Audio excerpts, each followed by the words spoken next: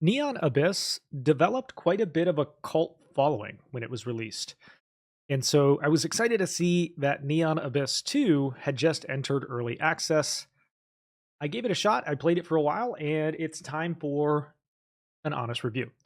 Now, keep in mind, this is an early access game, and so it is in ongoing development and will probably integrate feedback from within the community as part of that process. I will try to update this video as I go, as that happens. The first thing I will say is this is a platforming roguelike. If you don't like roguelikes, you're going to have probably a little bit of a hard time with this one. If you don't like platformers, it's going to be kind of difficult as well. It is a little bit on the hard side for the average gamer, probably, but that's also what makes it shine in a lot of different ways. It offers varying challenge levels that you get to kind of choose and grow into.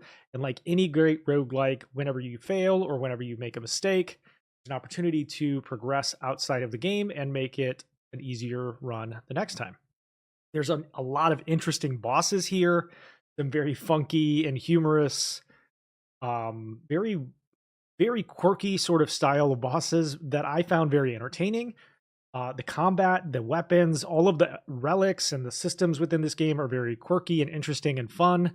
It has a very, very cool art style, one that I have not quite seen in a platformer of this size or this style. And it's just another demonstration of how well indie developers are doing with these kinds of games these days. They're better in almost every regard than most of the AAAs out there. And I think that this one is going to also develop a bit of a cult following. I did not put a lot of time into the first one, but the second one feels crisp, and even in early access, it feels very fair and fluid.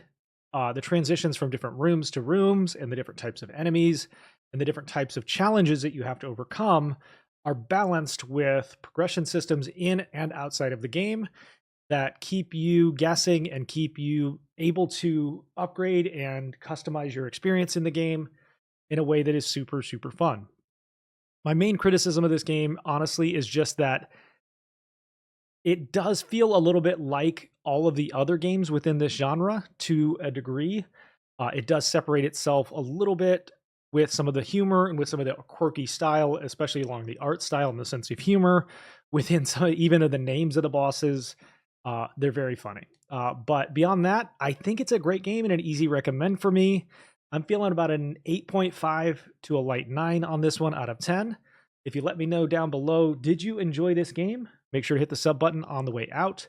Thank you so much for watching and see you again next time.